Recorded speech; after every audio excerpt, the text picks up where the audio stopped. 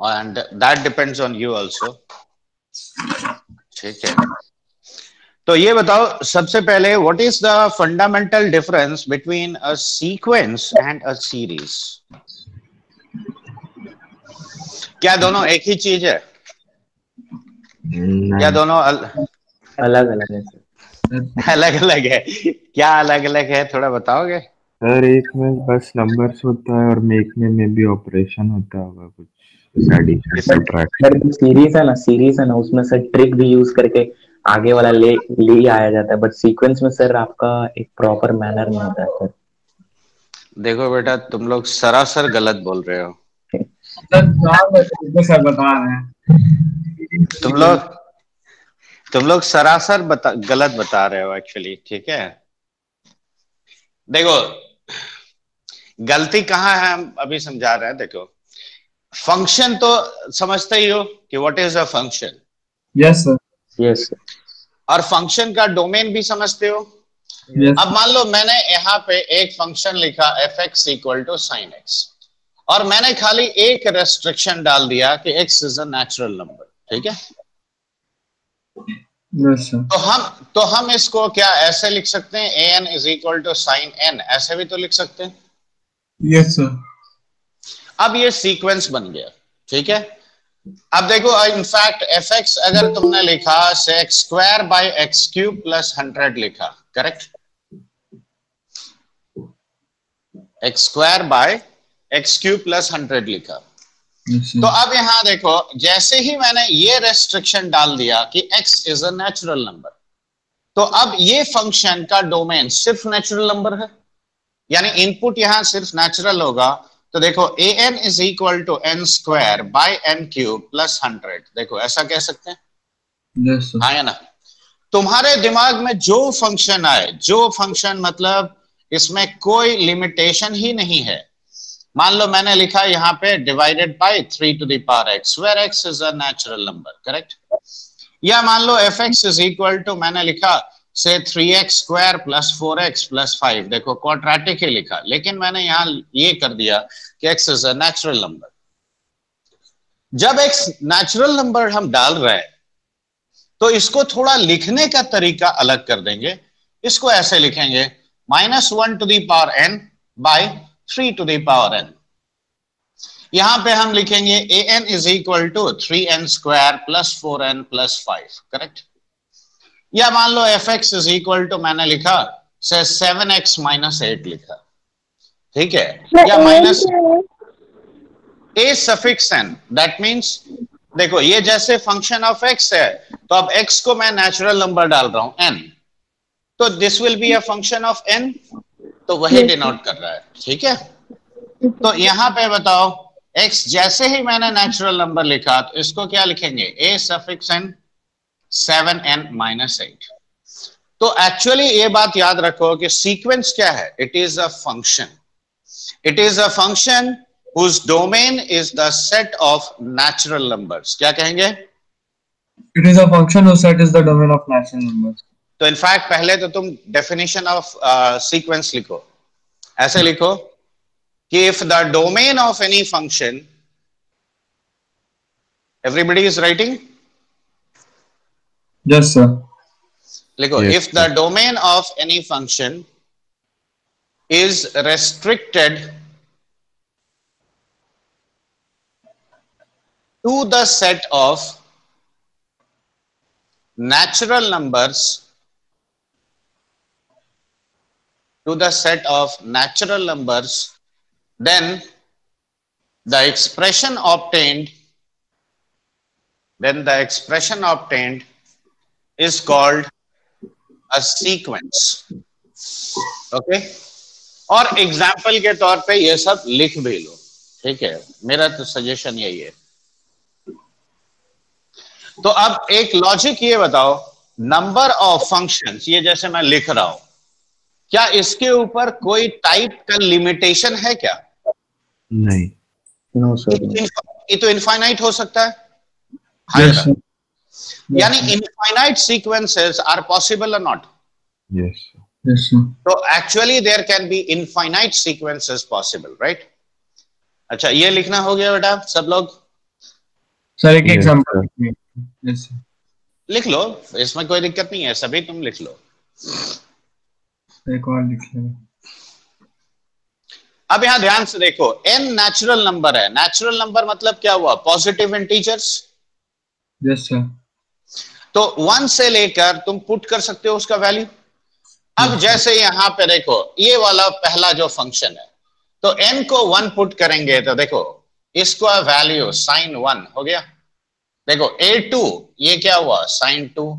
Similarly a3 क्या हुआ? sin 3। और ऐसे करके मैं जितना वैल्यू पुट करूंगा वो particular term of the sequence आएगा। समझ में आया बात? Yes sir.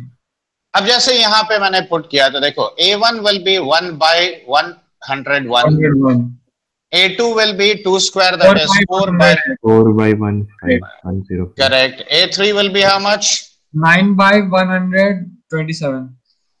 a4 sir 16 by 164. देखो ऐसे आएगा। तो अब यहां देखो ये जो टर्म्स आ रहा है a1, a2, a3, a4, ये सभी terms of this particular sequence है।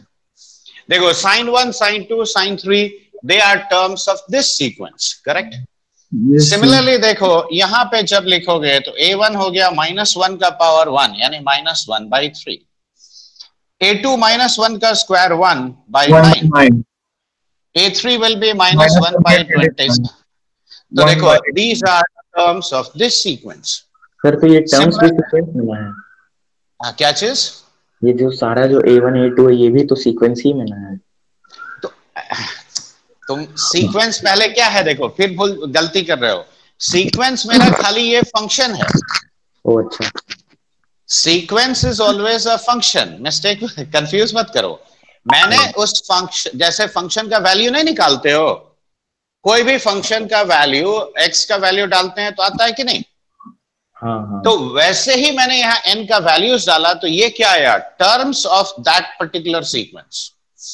जैसे ये किसका टर्म्स है? इस सीक्वेंस का टर्म्स है। हाँ। ये किसका टर्म्स है? इस सीक्वेंस का टर्म्स है। समझ में आ रहा है बात? अब जैसे यहाँ पे n पुट 1 इक्वल, ये देखो ये तो फंक्शन ना है। अब फंक्शन में जो भी वैल्यू पुट करेंगे तो वहां पे क्या आएगा? फंक्शन का वैल्यू आएगा। अब यहां पे लेकिन अलाउड क्या है? यहां पुट करना अलाउड है सिर्फ नेचुरल नंबर, तभी ना ये सीक्वेंस कहलाया।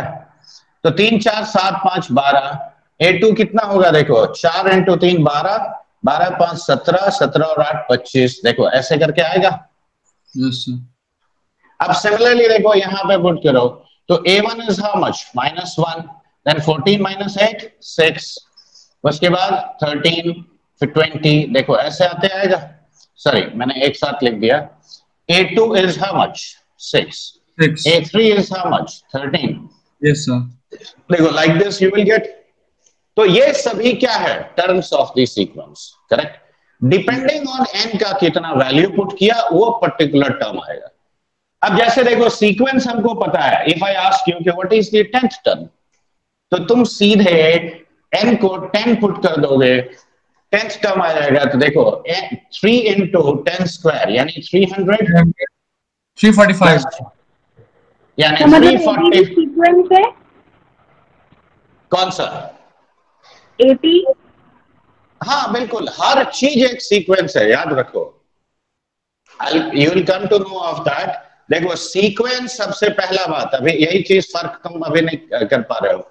सीक्वेंस हमेशा एक फंक्शन है। देखो जैसे ये फंक्शन में अगर डोमेन को मैंने रेस्ट्रिक्ट कर दिया नेचुरल नंबर पे तो वो हमेशा सीक्वेंस होगा। ठीक है? सर मतलब ये जरूरी नहीं होगा कि a1 या a2 के बीच में जो चीज मतलब कुछ भी चीज होगा और a2 और a3 के बीच में जो कुछ होगा वो सेम होगा, जरूरी नहीं ना? नहीं, नॉट एट ऑल। देखो क्या ये है ऐसा कुछ है? देखो नहीं। क्या अगर फंक्शन में कांस्टेंट होगा तो? हाँ, फंक्शन में कोई कांस्टेंट होगा तो होने दो। क्या वो सीक्वेंस नहीं होता है? Yes sir. वो कांस्टेंट फंक्शन भी तो फंक्शन है। सर वो कैसे होगा? क्यों? अगर मान लो मैंने लिख दिया fx = 5 लिख दिया, ठीक है, और मैंने खाली इतना कर दिया कि x belongs to a natural number, तो देखो अब मेरे पास ये आ गया सीक्वेंस के an is equal to 5, तो हम क्या लिखेंगे, a1 is 5, a2 is 5। तुम कंफ्यूज कर रहे हो अभी भी टर्म्स में। देखो तो इसमें अगर x नेचुरल नंबर ना हो तो भी तो वही होगा ना 5 वैल्यूज। हाँ तो भी होगा, वो अलग बात है, लेकिन मुझे सीक्वेंस बनाना है तो मैं ऐसे ही करूंगा। देखो Yes, पहला sir. डेफिनेशन, इसीलिए पहला डेफिनेशन में मैंने क्या कहा, डोमेन रेस्ट्रिक्टेड नहीं बनेगा। Domain has to be restricted to the set of natural numbers, correct. अभी 5 मिनट रुक जाओ ना, तुम्हारा हो सकता है सारा कंफ्यूजन क्लियर हो जाए। पहले ये समझ में आया कि टर्म्स कैसे लिखते हैं। यस यस तो अगर एक सीक्वेंस दिया हुआ है तो उसमें n का वैल्यूज पुट करते जाओ, 1 2 3 4 जितना भी मर्जी पुट करोगे वो पर्टिकुलर टर्म आएगा। जैसे n अगर मैंने 50 पुट किया तो I will get the 50th term of this sequence. n 100 put किया तो क्या आएगा, 100th term of this sequence. समझ में आया? तो इनफैक्ट चाहो तो एक लाइन लिख दो कि by putting the different values of n, लिखो by putting the different values of n we can get the terms of a sequence. We can get the terms of a sequence.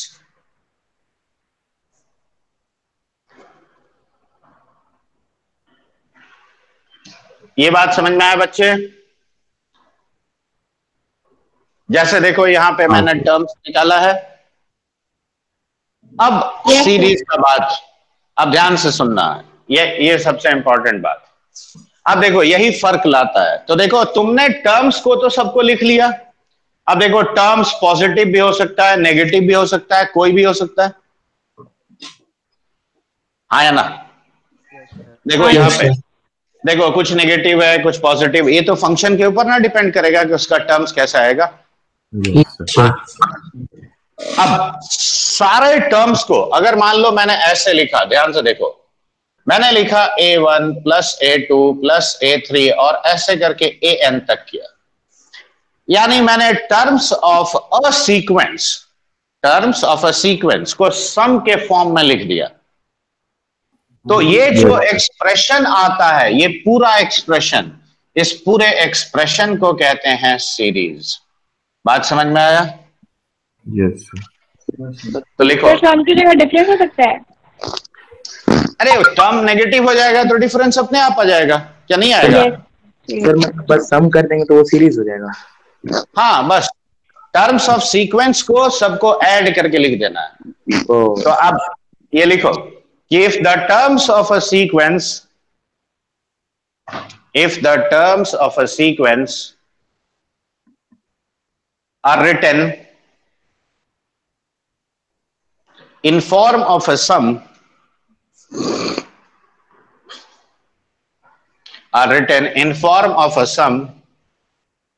then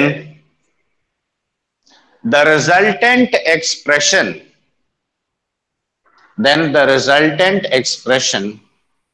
is called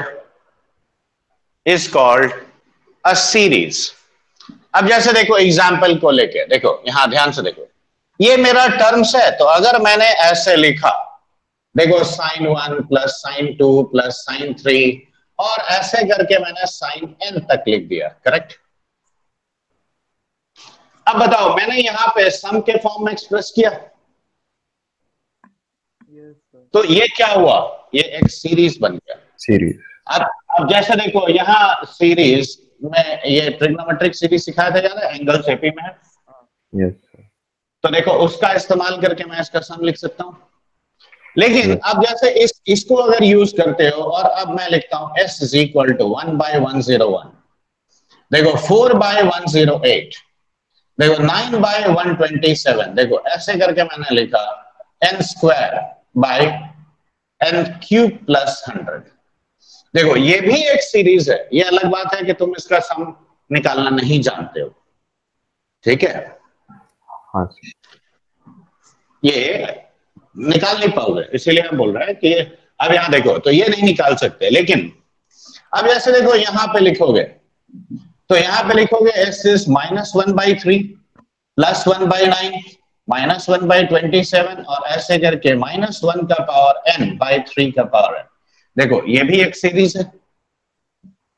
Yes. तो term positive आ रहा है कि negative आ रहा है उससे फर्क नहीं पड़ता है, क्यों? वो तो फर्क डालता है फंक्शन में क्या है। ठीक है, तो अब ये बेसिक बात समझ में आया कि जब टर्म्स ऑफ सीक्वेंस को हम सम के फॉर्म में लिखते हैं तब वो सीरीज कहलाता है। करेक्ट। अब एक छोटा सा एस्पेक्ट जज करो। देखो ये जो टर्म्स है, देखो ये सीरीज का टर्म्स है ना, ये first term, second term, third term, ये आया कहां से? सर फंक्शन से, मतलब सीक्वेंस से। करेक्ट। यानी टर्म्स, किसी भी सीरीज का जो इंडिविजुअल टर्म्स है उसका जनरेटिंग फंक्शन क्या है? सीक्वेंस है। समझ में आ रहा है बात? हाँ। देखो टर्म्स ऑफ ए सीक्वेंस, इसका जनरेटिंग फंक्शन क्या है? सीक्वेंस है। राइट। देखो हर चीज फंक्शन से ही ओरिजिनेट करता है, एवरीथिंग जो तुम एनालाइज कर लो थोड़ा सा। तो ये भी चाहो तो लिख लो कि द जनरेटिंग फंक्शन, लिखो the generating function of the terms of a sequence, the generating function of the terms of a sequence, sorry, no, sorry, my mistake, of the terms of a series,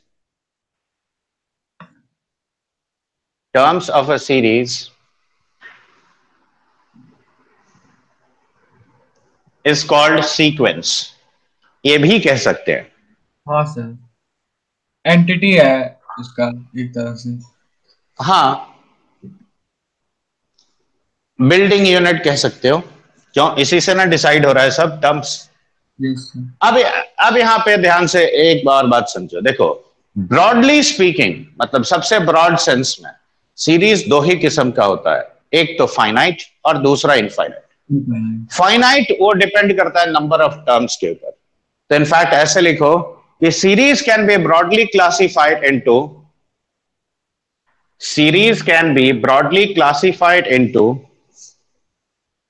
two categories.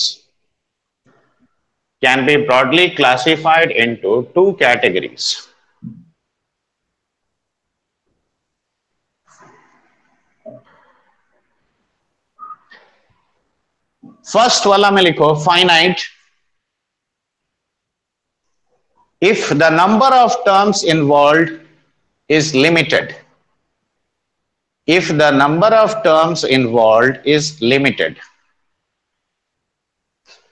ठीक है। Second लिखो infinite series if the number of terms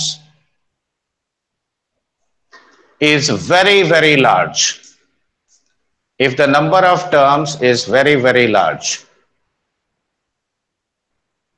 ठीक है।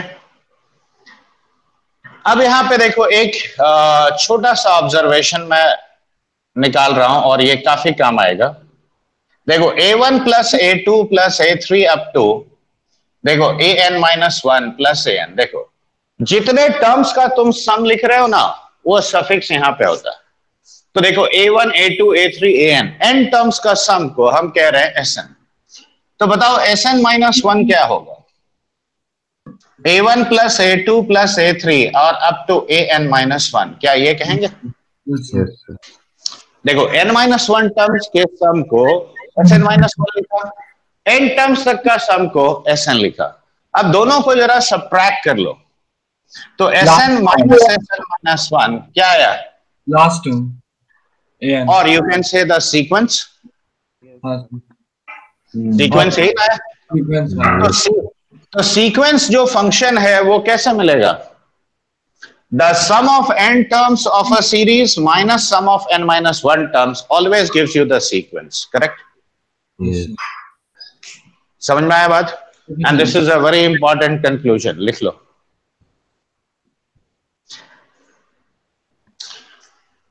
अभी अभी शायद सोनाली ने सवाल पूछा था कि किसने पूछा था? देखो मैं an लिख रहा हूं, देखो बच्चे 3n प्लस 2 मान लो लिख रहा हूं। a1 क्या लिखेंगे? 5, A2 क्या लिखेंगे? देखो 5 plus 3 8. A3 will be how much? 11. A4 will be how much? 14. देखो AP तुम यही ना सीखे हो बच्चे। देखो ये डिफरेंस क्या है? कांस्टेंट है। तो ये एक फंक्शन है कि नहीं है बताओ? ये सब सीक्वेंस है। तुम दुनिया में जितना भी सीरीज देखे हो, याद रखो सबका टर्म्स को जनरेट करने वाला जो फंक्शन है वही सीक्वेंस है, ठीक है?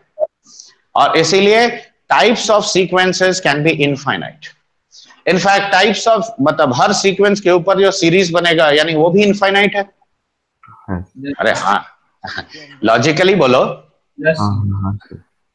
तो इनफाइनाइट टाइप्स ऑफ सीरीज बन सकता है, लेकिन इसका मतलब ये नहीं कि तुम सबका सम निकाल सकते हो और सबका सम तुमको पूछेगा, ऐसा भी जरूरी नहीं है। हाँ, जो जो तुम निकाल सकते हो तुम्हारे सिलेबस में है वही सिखाएंगे हम, ठीक है? अब जैसे देखो ये लिख लियो। Yes sir. तो अब मान लो एक छोटा सा ही क्वेश्चन इसी के ऊपर लेते हैं। लिखो, if the sum of n terms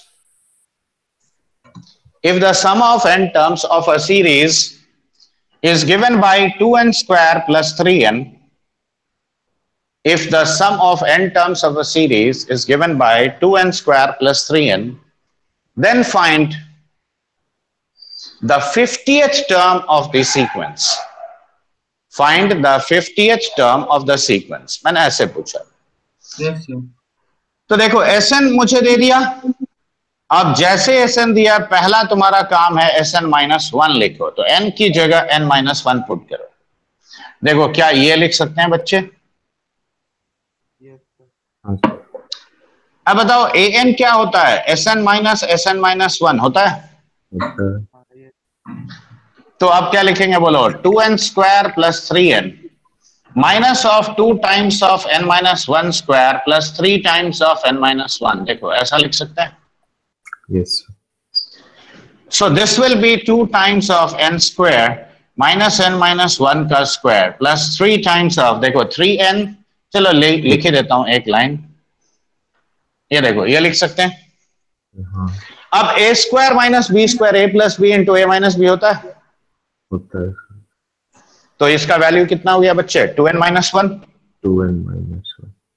So 212 होगा शायद। अब वो जो भी आए देख लेते हैं। देखो ये 4n प्लस 1 हो गया बच्चे। Yes sir. तो दिस इज द सीक्वेंस, यानी ये जो फंक्शन है, ठीक है, इसी से मेरा रिक्वायर्ड सीरीज बनेगा। अब मुझे क्या चाहिए? 50th term. तो A50 will be 4 into 50 plus 1, यानी क्या हुआ? 201 हुआ। यस। अक्षर तुम कैसे कैलकुलेशन मिस्टेक किया? हाँ सर, कैलकुलेशन मिस्टेक हो गई। नहीं कैसे किया है वही तो पूछ रहा है, क्योंकि ये सब सिली केस में तो कैलकुलेशन मिस्टेक नहीं होना चाहिए।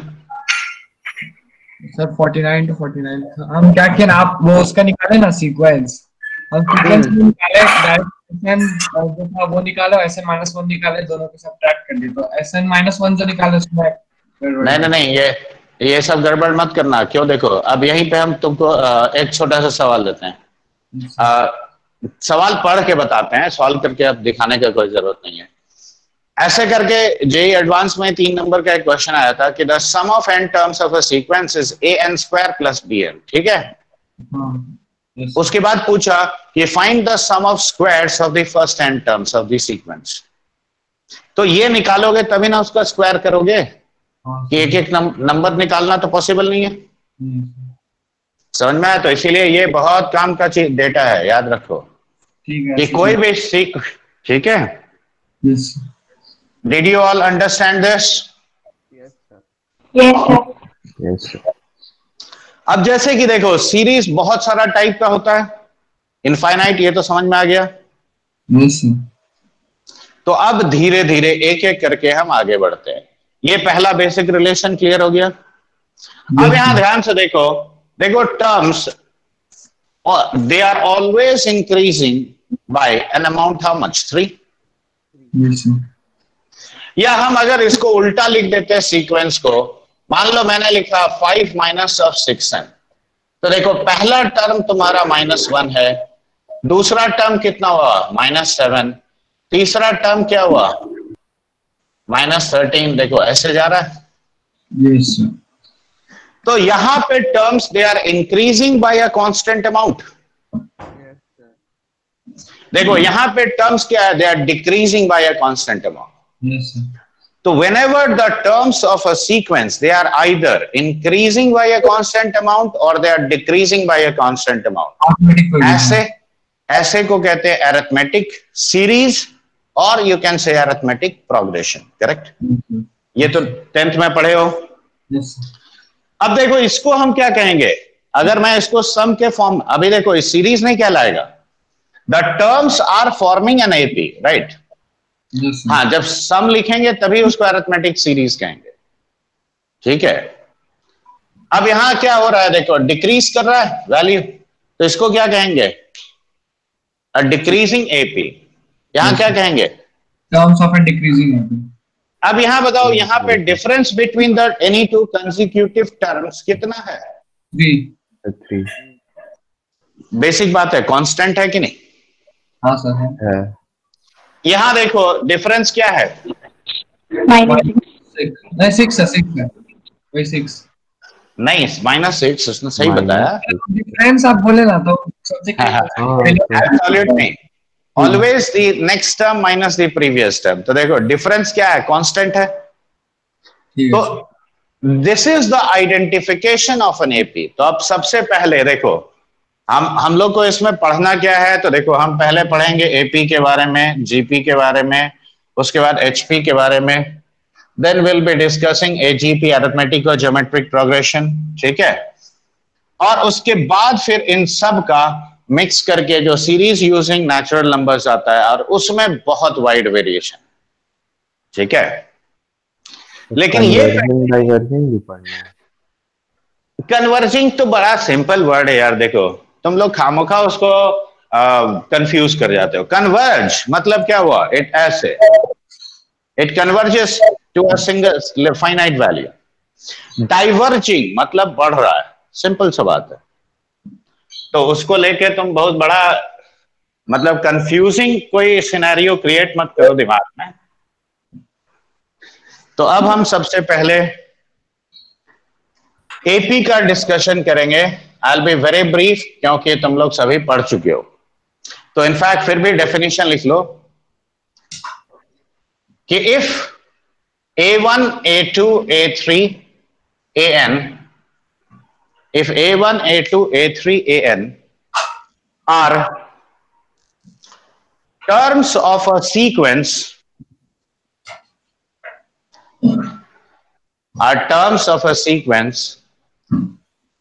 such that A2 minus A1 is equal to A3 minus A2 is equal to A4 minus A3 is equal to AN minus 1 is equal to D, then the terms are said to form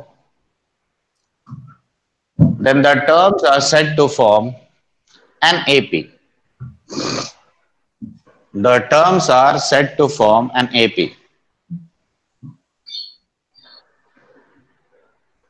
okay अब यहां पे देखो, ये जो difference maintain करता है इसे हम लोग क्या कहते हैं, ये तो पढ़े हो यार, common difference. Correct, this is what we call common difference.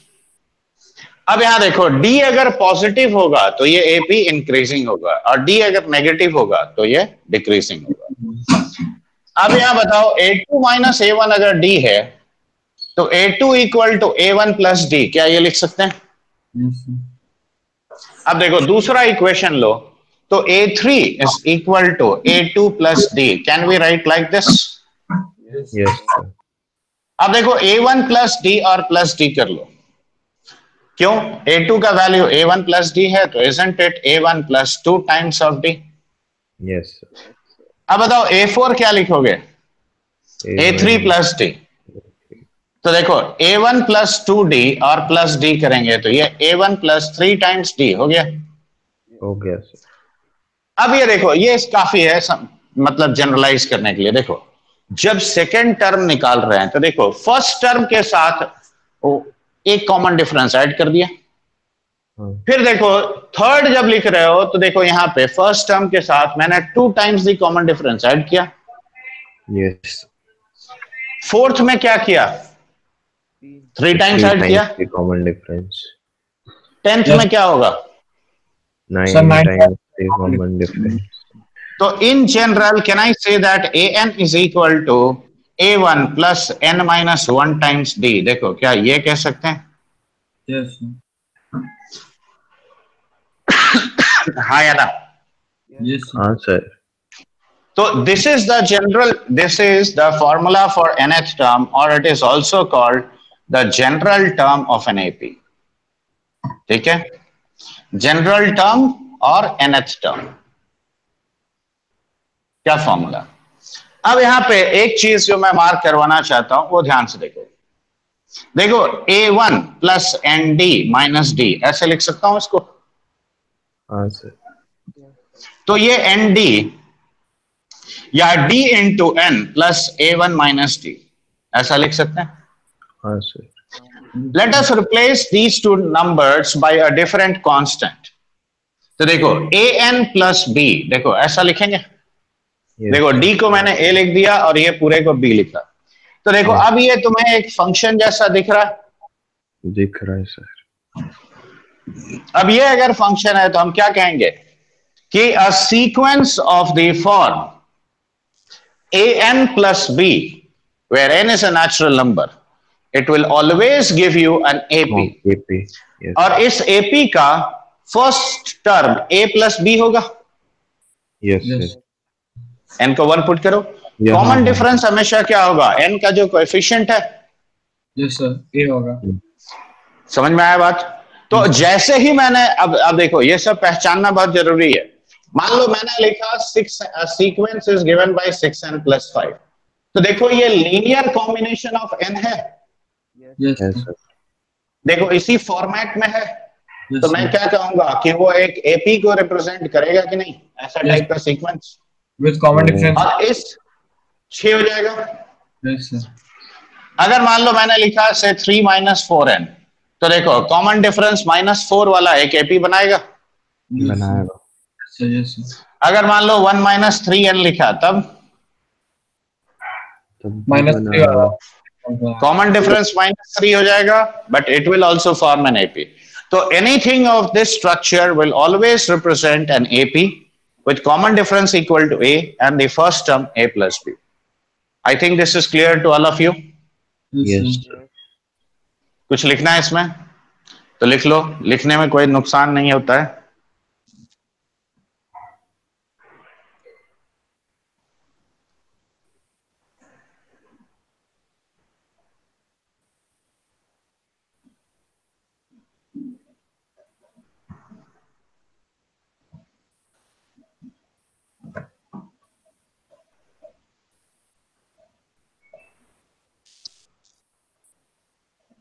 हो गया सर। Yes sir. हो गया सब लोग का?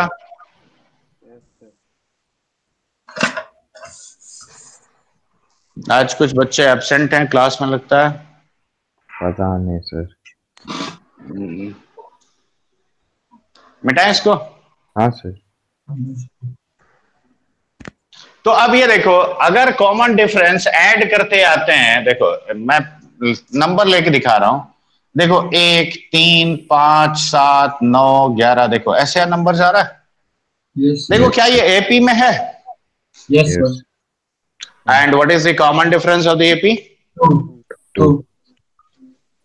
तो अब देखो पहले वाले नंबर में 2 ऐड कर दो, अगला टर्म आ जाता है। Yes sir. Yes sir. देखो third term 2 times the common difference, यानी 2 into 2 4 ऐड कर दो, देखो तीसरा टर्म आया। Yes sir.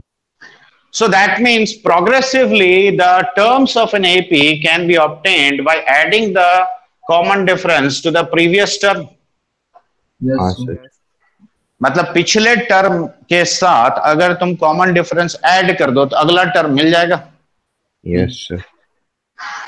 अब यहां पे बताओ, अगर मैंने ऐसे लिखा कि s इज इक्वल टू, देखो ध्यान से देखना क्योंकि इसमें हम कई ऑब्जर्वेशंस, देखो ऊपर दिख रहा है मैंने T1 लिखा है, ये कट तो नहीं आ रहा है? No sir. देखो second term a plus D होगा, हाँ। थर्ड टर्म क्या होगा? a plus 2d। करेक्ट। और इस तरीके से बताओ n माइनस 1th टर्म क्या होगा? n माइनस 1th बोल रहा हूं, 1d, a माइनस 2d। गलती कर n माइनस 1th पूछा ना मैंने। हाँ सर। ये देखो ये क्या हो गया? tn nth term. Yes sir. अब इसको रिवर्स सीक्वेंस में लिखो। अच्छा। तो रिवर्स सीक्वेंस में लिखो, देखो सम है तो मैं शुरू से लिखूं या अंत से लिखूं, उससे कोई फर्क पड़ेगा क्या? नहीं सर। हाँ, लेकिन एक चीज जो मार्क करवाना चाहता हूं वो इससे जरूर समझ में आ जाएगा। ये देखो n माइनस 2d, तो इसके पहले वाला क्या होगा? a plus n minus 3d होगा। होगा सर। देखो this will be tn minus 2। Yes sir. अब आगे यहां पे a प्लस d मैंने लिखा, दैट इज t2, और a लिखा t1। अब कुछ नहीं, तुमको ऐड करना है, ठीक है?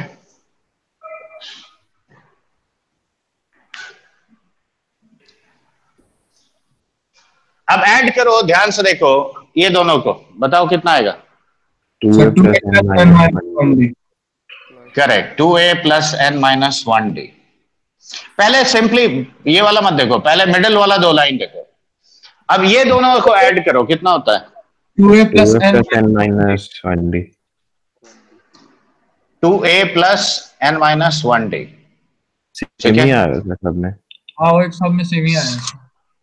सब में सेम आ रहा है ना? आ रहा है। यानी एक ही चीज हम कितनी बार ऐड कर रहे हैं? n times. राइट। तो एक ही चीज अगर n टाइम्स ऐड कर रहे हो तो क्या मैं इसे ऐसे n टाइम्स सम नहीं, 2a plus n minus 1d लिख दूं? n टाइम्स ऑफ दिस लिख सकते हैं? हाँ सर। तो सम ऑफ n टर्म्स क्या लिखेंगे बताओ? n by 2 into 2a plus n minus 1d, और ये तुम्हारा नो डाउट स्टैंडर्ड फॉर्मूला है। हाँ सर। तो सम ऑफ n टर्म्स ये हर कोई सीखा है हाँ सर। 10th में। हाँ, लेकिन मैंने जिसके लिए ये लिखा अब ऐसे करके वो देखो, क्योंकि वो काफी काम है। नहीं बताएंगे। हाँ, वो तरीका से 10 सेंट में बताएंगे। अब देखो t1 प्लस tn, देखो t1 प्लस tn इतना है, हाँ sir. That is the same as t2 plus tn minus 1, yes sir. Right? That is equal to t3 plus tn minus 2। और ये सेम आ रहा है कि नहीं आ रहा है बताओ? ये कांस्टेंट ना है? देखो ये वाला ना, ये चीज है। Sum of nth term from the beginning and sum of nth term from the end बोल रहे हैं हम लोग।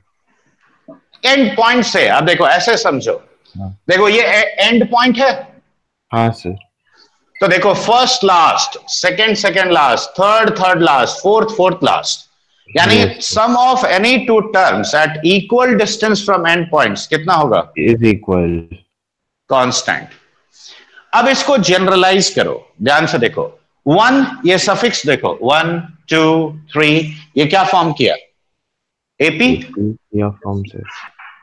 तो 1 2 3 का rth टर्म क्या लिखोगे बताओ? यहां a कितना है? फर्स्ट टर्म कितना है? 1।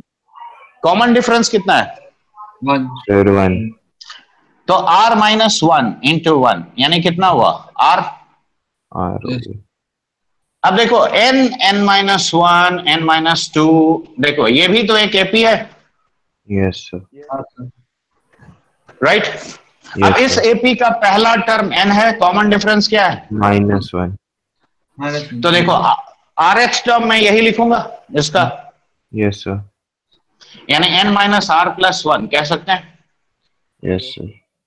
तो देखो इसको जनरलाइज करेंगे तो देखो tr plus tn minus r plus 1, तो ये तुम्हारा कांस्टेंट होगा फॉर r वेरिंग फ्रॉम 1 2 3 से लेकर तुम n तक कुछ भी पुट करो। देखो इस रिलेशन में r को 1 पुट करो देखो T1 प्लस Tn आ गया, R को 2 पुट करो, T2 प्लस Tn माइनस 1 आता है सर। ठीक है। अब ये बताओ ये क्वांटिटी इतना है, तो sum of n terms, can you say it is n by 2 into the sum of any two terms at equal distance from n points where r can be 1 2 3 से लेके n। तो देखो this becomes a much more general formula for finding sum of an AP. So sum of an AP is number of terms by 2 into sum of any two terms at equal distance from the endpoints. Correct? Yes, sir.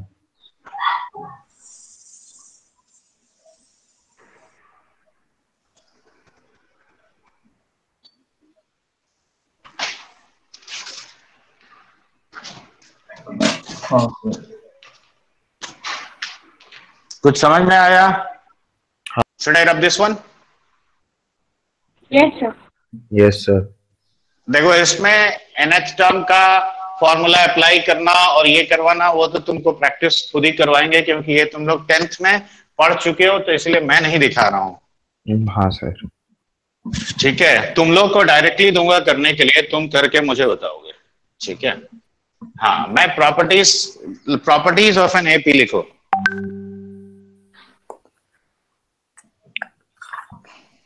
हाँ sir. सबसे पहला property जो अभी मैंने बताया वही लिखोगे। The sum of any two terms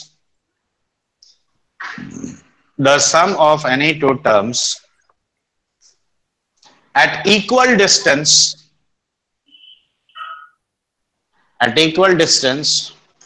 from the endpoints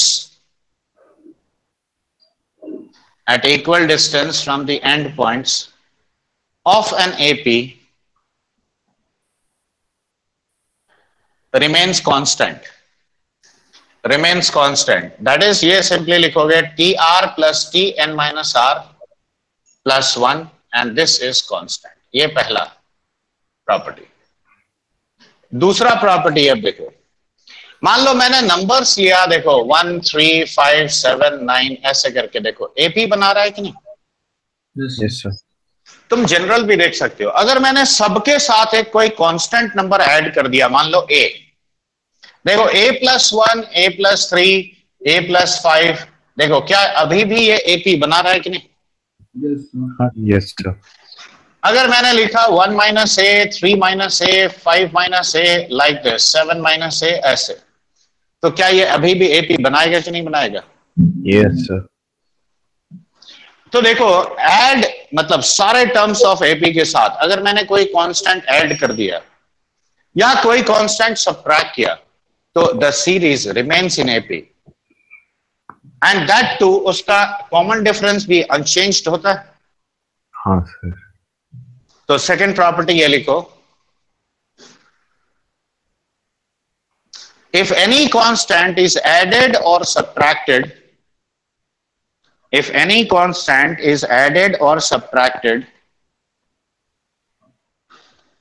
to all terms of an AP,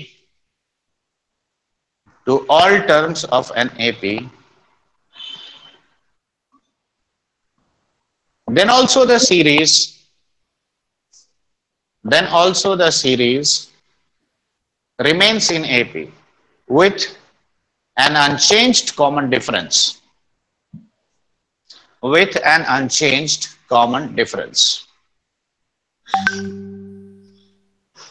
ठीक है?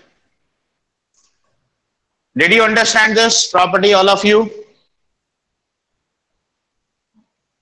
Yes, sir.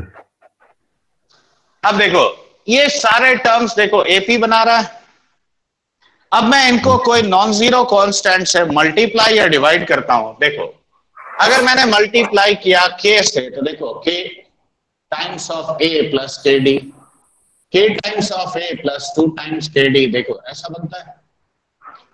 अगर k से डिवाइड करते हो तो देखो a by k plus d by k, देखो ऐसा हो जाएगा, हर टर्म डिवाइड हो जाएगा a by k plus 2 times of d by k, देखो लाइक दिस। लेकिन हाँ यहाँ पे ये बात ध्यान देना कि जब डिवाइड कर रहे हो ये k नॉन जीरो होना चाहिए। तो तीसरा प्रॉपर्टी ये लिखो, if all the terms of an AP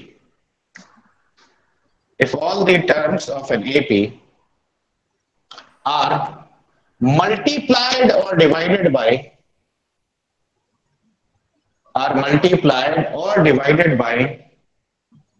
any non-zero constant k,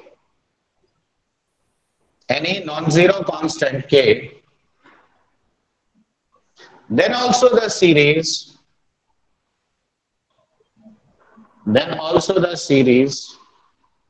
remains in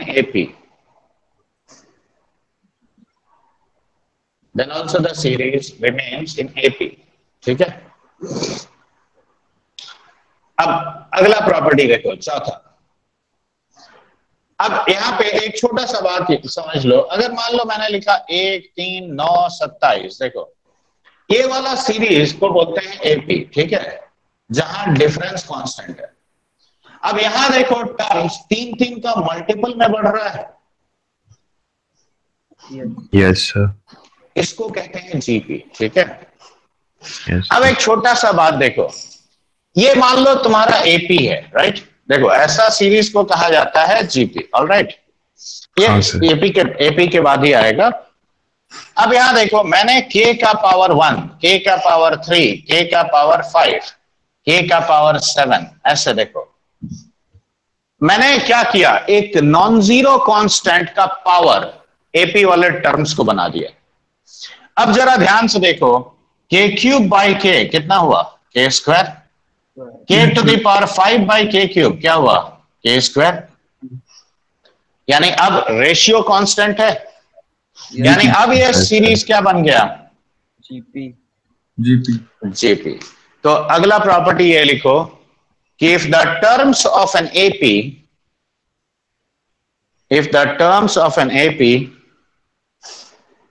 are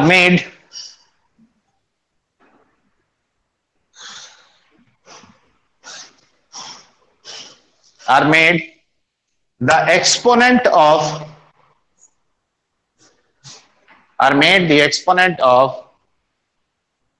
any non-zero constant k,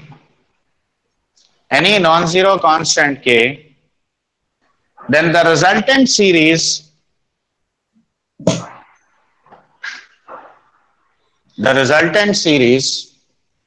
is a GP.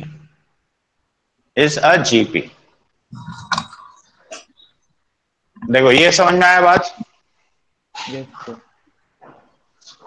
Yes sir. अब यहां देखो मैंने एक और सीरीज देखो S1 लिखा, सपोज A1 प्लस D1 मान लो। यहां लिखा सपोज A1 प्लस 2D1। देखो ये अलग एपी है, ठीक है। अगर मैंने दोनों को ऐड किया तो देखो दोनों के टर्म्स को ऐड कर रहा हूं, A प्लस A1। देखो A plus A1 plus D plus D1, देखो ऐसा हो रहा है कि नहीं, बोलो। देखो ये जो सीरीज बन रहा है क्या ये भी एपी नहीं है? अगर सब्ट्रैक्ट कर देंगे तब भी जो सीरीज बनेगा देखो A माइनस, राइट। तो अगला प्रॉपर्टी ये लिखो, the sum or the difference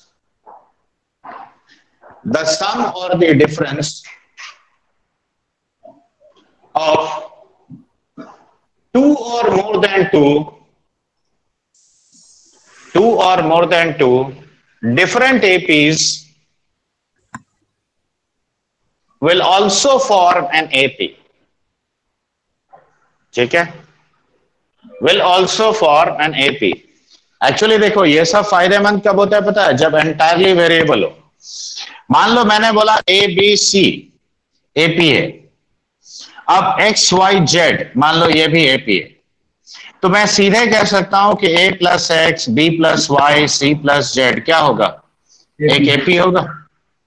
अभी मान लो मैंने लिखा कि K का power A plus x, K का पावर B प्लस वाई और K का पावर C प्लस जेड क्या फॉर्म करेगा, जीपी।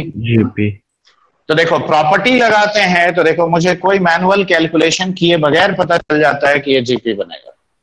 हाँ सर। ठीक है, और अक्सर ऐसे ही प्रॉपर्टीज वेरिएबल्स वाले में यूज होता है। ठीक है, अगला प्रॉपर्टी समझा रहा हूं, ध्यान से देखना, इसीलिए मैंने सब मिटा दिया। 1 3 5 7 9 11 13 15 17 19 21 23 ऐसे देखो,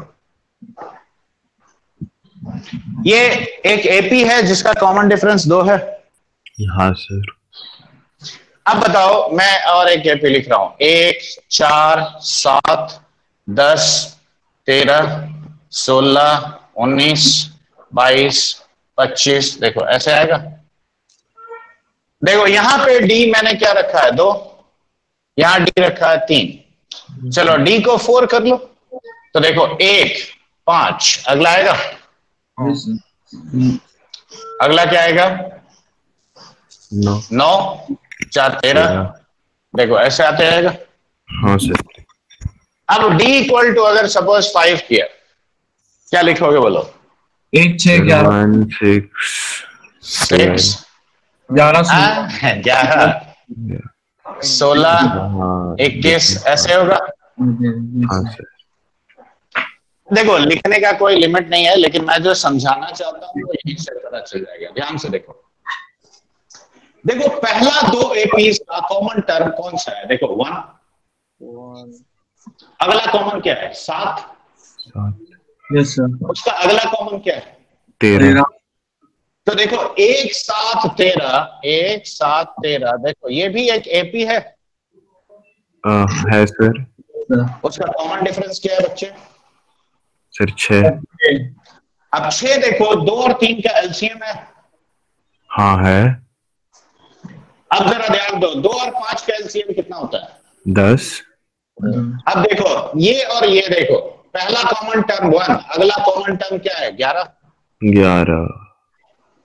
अगला कॉमन टर्म देखो 21। Yes sir. 31 होगा वैसे। कॉमन डिफरेंस हो जाता है 2। हाँ, तो अब अगला प्रॉपर्टी ऐसे लिखो, the common terms of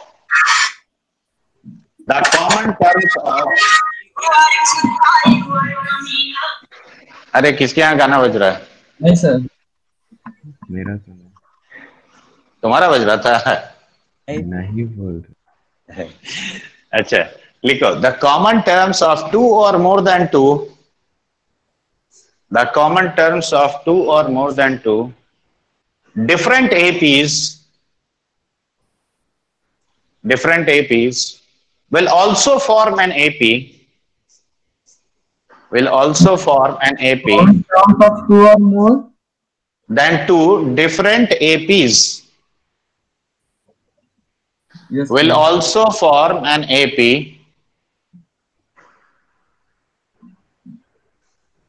Yes, sir. with common difference equal to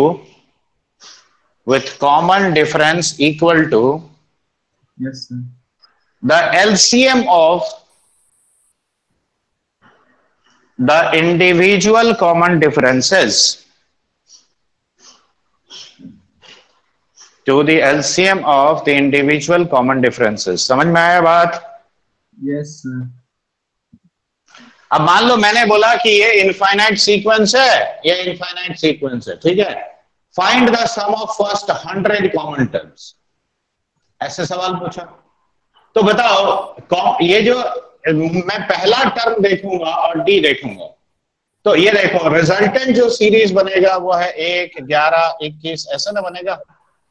तो यहाँ A1 है D10 है, तो सम ऑफ फर्स्ट अगर मैंने पूछा 100 टर्म्स, तो देखो क्या लिखेंगे 100/2, 2 times the first term plus 99 into 10। 1990। देखो बस ऐसे लिख देंगे। Yes sir. तो देखो ये जजमेंट करने से फटाफट क्वेश्चन सॉल्व हो जाता है। 446 44601 जो भी आएगा, यहां तक पहले समझ में आया? हाँ सर। अब पहले S100 वाला सब देखो SN क्या होता है, सम ऑफ n टर्म्स क्या होता है बच्चा? n/2 देखो ये होता है। हाँ अब n a = 1, d = this, n = 100, तो 100 टर्म का सम, इसमें n ये पुट कर दो। वो तो ठीक है सर, पर ये क्या निकालें दोनों को मिक्स करके, दोनों एपी को?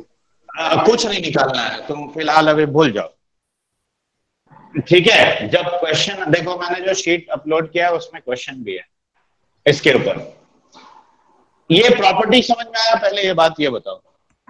Yes sir. हाँ सर। ठीक है, हम प्रॉपर क्वेश्चन जब दिखाएंगे तो क्लियर हो जाएगा। अब फिलहाल तुम लोग छोटा छोटा क्वेश्चन लिखो और उसका आंसर निकालो। लिखो। एक मिनट, कुछ ये नोट डाउन कर लो। कर लो।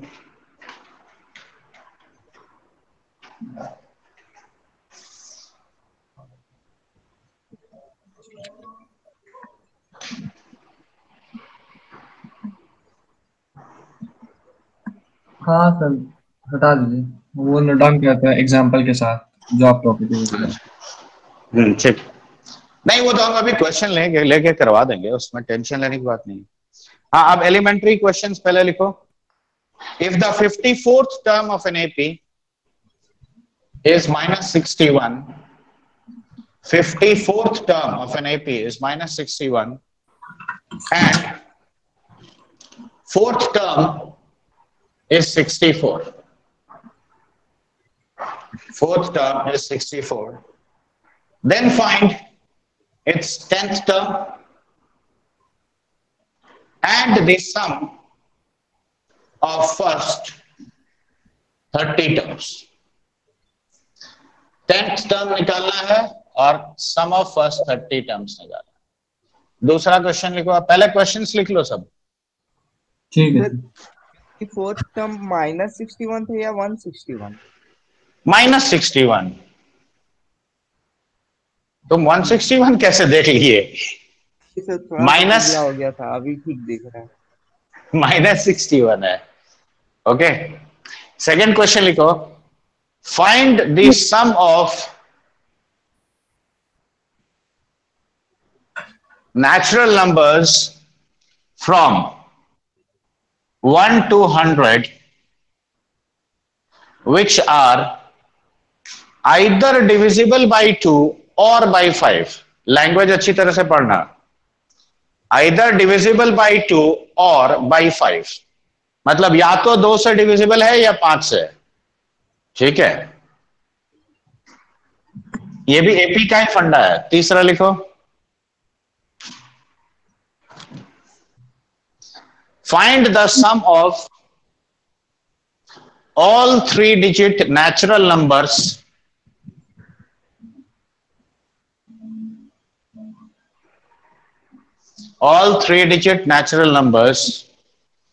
which on division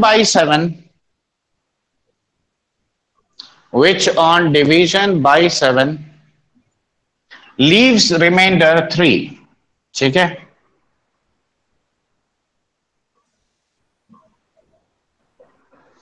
और 3 डिजिट का नेचुरल नंबर चाहिए मेरे को। ये नहीं कि तुम कोई भी ले लोगे। आगे लिखो। The ratio of sum of n terms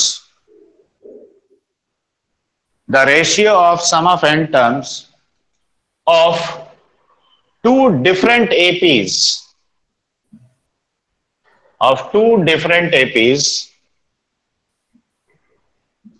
is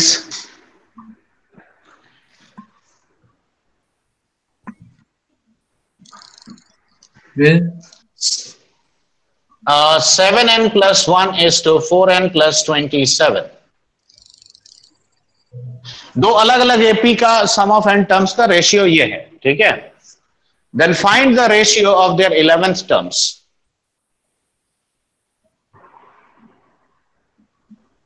find the ratio of their 11th terms. ठीक है, ये तुम्हारा 4th क्वेश्चन है। और एक 5वां भी लिखो। 5वां ऐसे लिखो। The interior angles of a polygon the interior angles of a polygon form an AP. Form an AP with common difference equal to 5 degree. ठीक है? If the smallest angle is 120 degree, with common difference, sir? 5 degree, 5 degree. Okay, yes, sir. ठीक है? If the smallest angle is 120 degree, then find sides, the number of sides of the polygon. Sir, can you please repeat the question, sir? Network. Difference. देखो difference difference 5 degree है. Smallest angle is 120 degree. ठीक है? Yes, sir. Then find the number of sides of the polygon. ठीक है. ये तुम लोग try करो क्योंकि 10th में तो तुम लोग पढ़े हुए पी. पहला वाला तो बन गया होगा. Yes, sir. सर बस कैलकुलेट कर हम मुझे सर. देखो जब भी ऐसे टर्म्स दिया है तो फर्स्ट टर्म ए मान लो. ठीक है? फर्स्ट टर्म को एज्यूम कर लो ए और कॉमन डिफरेंस को डी मान लो. तो देखो a plus 53d, that is minus of 61. a plus 3d is equal to how much? 64. अब सब्ट्रैक्ट कर लो तो देखो 50d is minus of 125. तो d कितना हुआ बोलो? 2.5 minus 5/2. ठीक है? सर 10 टर्म 49 है क्या? क्या? 10 टर्म और देख लेते हैं a कितना आता है. देखो यहाँ पे पुट कर दो, किसी में भी पुट करो कोई फर्क नहीं पड़ता. देखो a minus of 15/2 will be 64. तो a 71. अब हर वैल्यू तुम फटाफट कैलकुलेट करके पुट मत किया करो पॉइंट में. पहले देख लो क्या पूछा है. T10 पूछा है ना, तो a plus 9 times d लिखेंगे. अब देखो 64 plus 15/2. अब देखो minus of 45/2. तो देखो minus 15 हो गया तो ये 49 तुम्हारा सही है. ठीक है? अब S30 लिखना है तो क्या लिखेंगे बोलो? 30/2. 2 times of a तो यानी 128 plus 15 हो गया. 2 है. अब n-1 into d तो देखो 29 times of minus 5/2. देखो क्या ये लिखेंगे? Yes, sir. बाकी कैलकुलेशन खुद कर सकते हो. Yes, sir. कर तो लेंगे. हाँ अब तुम जोड़ घटाओ बिल्कुल करो. चलो फटाफट. एक्चुअली इसके बाद अरिथमेटिक मीन सिखाना है, उसका प्रॉपर्टी सिखाना है. ठीक है? फिर जीपी, देन उसका प्रॉपर्टीज, ज्योमेट्रिक मीन क्या होता है, ये सब चीज. ठीक है?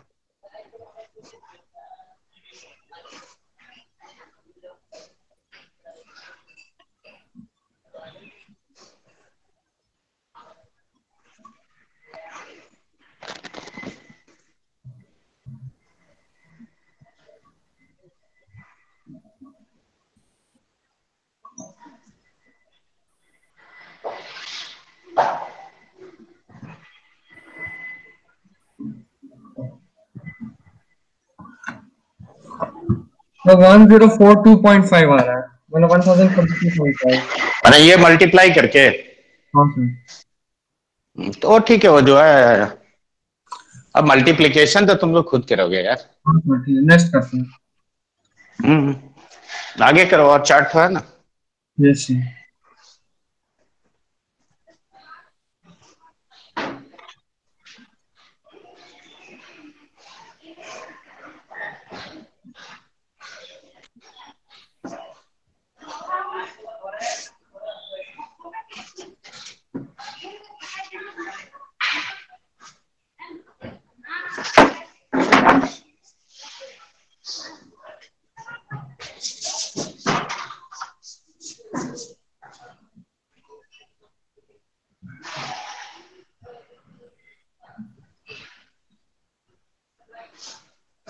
बनाओ जल्दी जल्दी।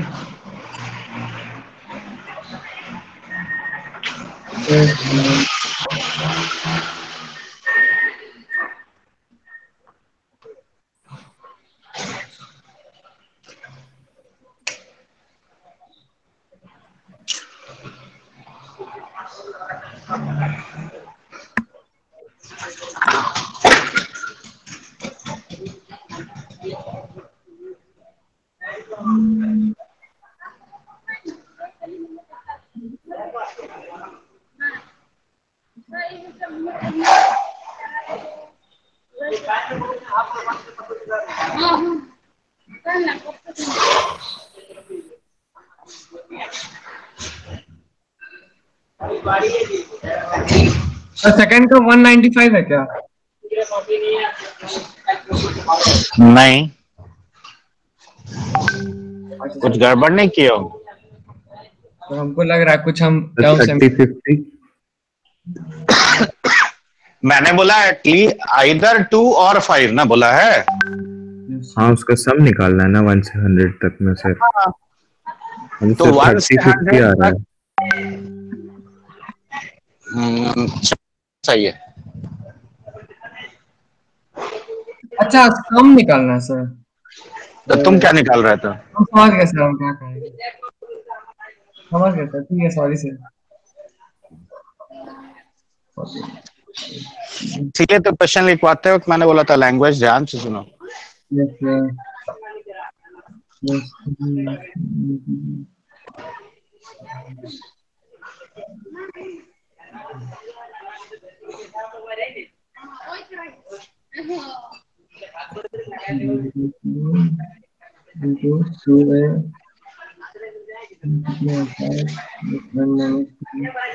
सर आंसर 3050 है। हाँ,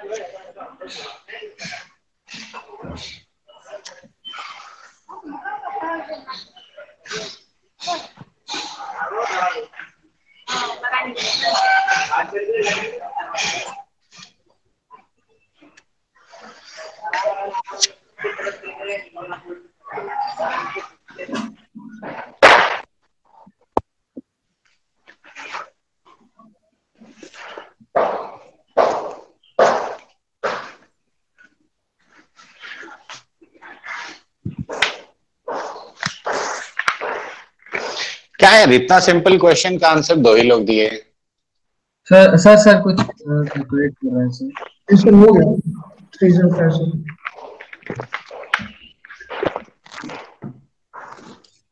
कितने लोग में से 3 लोग देखो आंसर दिए सही अभी तक?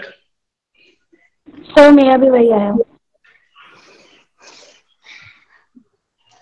देखो इसमें ऐसे अगर कर लो आइदर 2 और 5, तो देखो सेट थ्योरी का एक बेसिक सा प्रिंसिपल अगर यूज करें तो थोड़ा जल्दी हो जाएगा। देखो लेट अस से S2 denotes the sum right of numbers which are divisible by 2। तो देखो 2 4 6 8 ऐसे करके 100 तक होगा, हाँ या ना? Yes sir. कितने नंबर्स होंगे? 50। तो 50/2 इंटू फर्स्ट प्लस लास्ट कितना हो गया? 102। यस यानी 50 into 51, so that is how much? 5050। अब देखो sum of numbers divisible by 5 कितना होगा? देखो 5 + 10 + 15 and like this up to 100, ऐसे कितने होंगे? 20। तो 20/2 इंटू 105, करेक्ट, यानी 1050। ऑलराइट। अब ऐसे भी तो नंबर्स होंगे जो 2 और 5 दोनों से डिविजिबल है। हाँ सर। जैसे देखो 10, 20, 30, 40, 100। अब देखो ये नंबर तुमने डबल काउंटिंग किया कि नहीं? Yes sir. इसमें भी काउंट हुआ, इसमें भी काउंट हुआ, तो एक बार सब्ट्रैक्ट करेंगे। सर तो देखो 10/2 इंटू 110। तो थर्ड वाला का आंसर 709.0 नहीं, 70821। हाँ ऐसा ही कुछ है। अब देखो पहले तो the sum of the numbers which are divisible either 2 और 5 क्या लिखोगे? S2 plus S5 minus S2 and 5, यानी ये कितना हो जाएगा? देखो 5050 प्लस 1050 माइनस ऑफ 550। करेक्ट? मैंने कुछ गलती किया है कैलकुलेशन में क्या है देखो तो।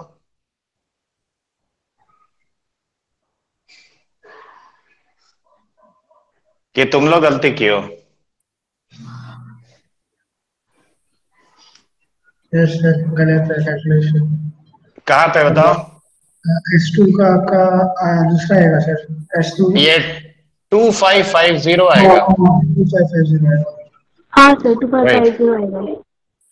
तो देखो अब इसमें से 500 और जोड़ दो तो देखो 3050। देखो आ गया। देखो अक्षत, जहां तुम थर्ड गड़बड़ का कर आंसर बता दीजिए ना एक बार। हम कर लिए थे 70,000 समथिंग तो बताया ना अभी एक बच्चा। नहीं सुने सर। फोर्थ का 248:101 होगा। अच्छा रुको, आ रहा है, थर्ड पे भी आ रहा है। फोर्थ का सर 148:101। कितना आया तुम्हारा? 148:101। 101 नहीं आएगा, 111 आएगा। देखो हाँ ठीक से। वही सॉरी सर। है तो 101 और 111 में अंतर नहीं है। अरे थोड़ा सा सर, 10 की जगह 0। देखो ये वाला समझ में आया सेकंड क्वेश्चन? हाँ सर। लिख लियो जो लोग नहीं बना पाए थे।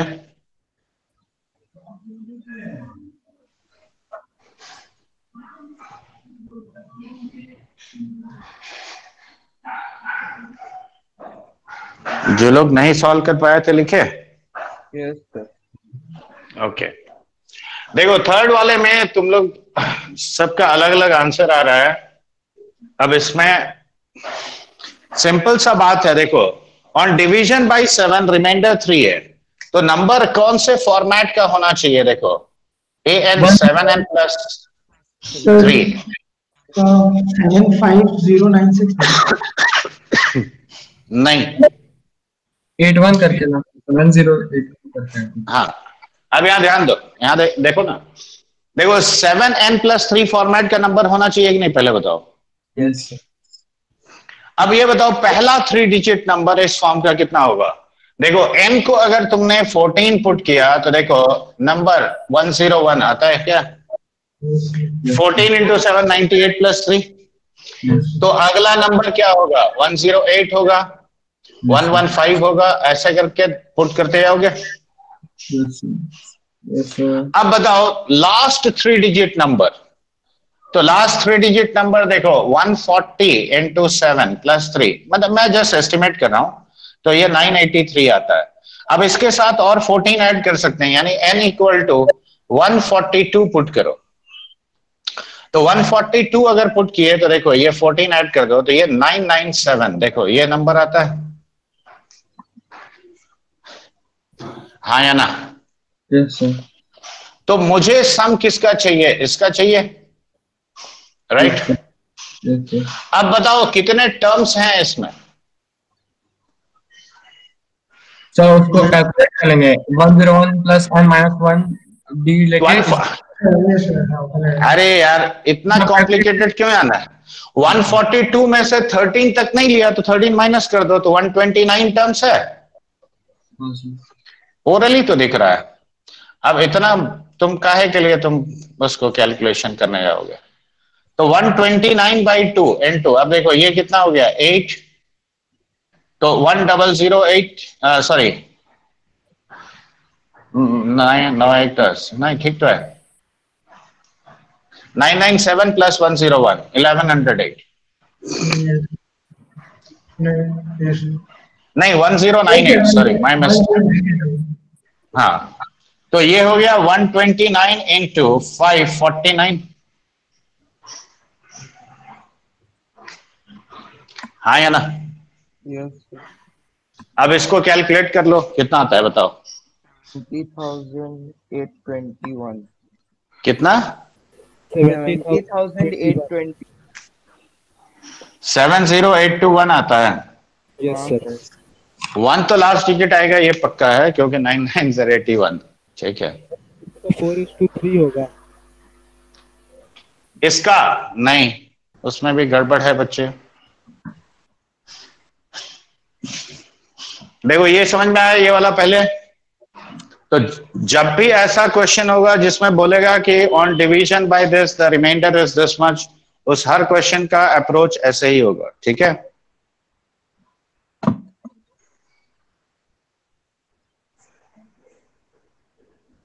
देखो is this clear to everybody? Sir वो जो लास्ट क्वेश्चन दिए थे उसमें सर पॉलीगन सर पूरा रेगुलर है ना? नहीं, रेगुलर अगर होता तो एंगल एपी कैसे बनाएगा? ओ हाँ इक्वल हो जाता सर। तो एपी नहीं बना सकता, जीरो का डिफरेंस।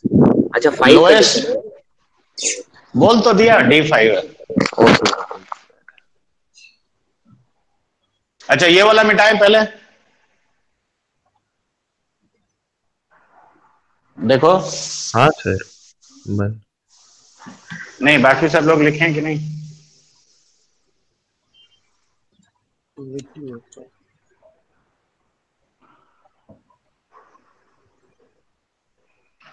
देखो फोर्थ वाले क्वेश्चन में एक ने सही आंसर दिया, बाकी लोगों ने नहीं दिया। देखो दो अलग अलग एपी है, ठीक है? तो मान लो S1 by S2।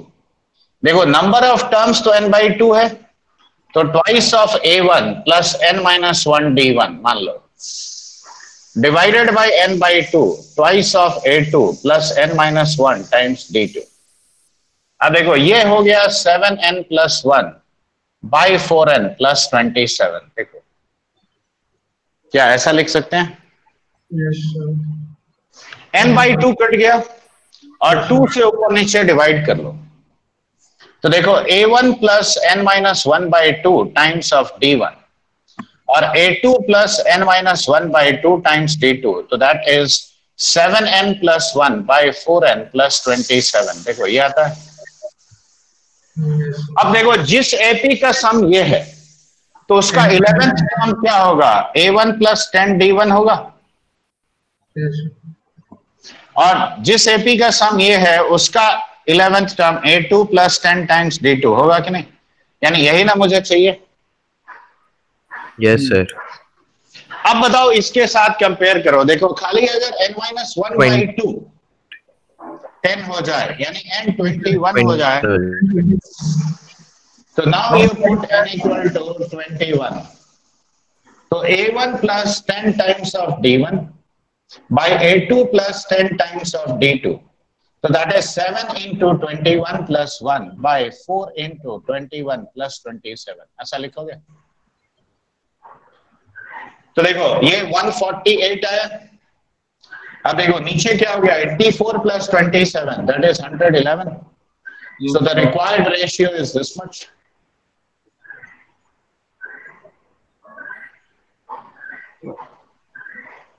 देखो हाँ या ना? ऑब्वियसली। देखो ये समझ में आया? अरे हाँ ना कुछ तो बोलो बच्चा। अचानक से खामोश हो जाते हो सब। नहीं सर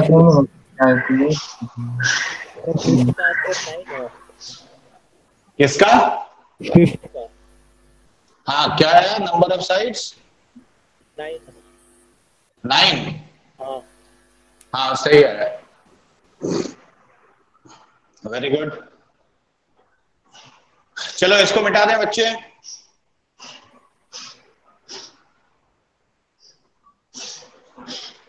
तो एक मिनट, क्या गड़बड़ी है? हाँ हटा दीजिए, इसको हटा दीजिए, दूसरा वाला।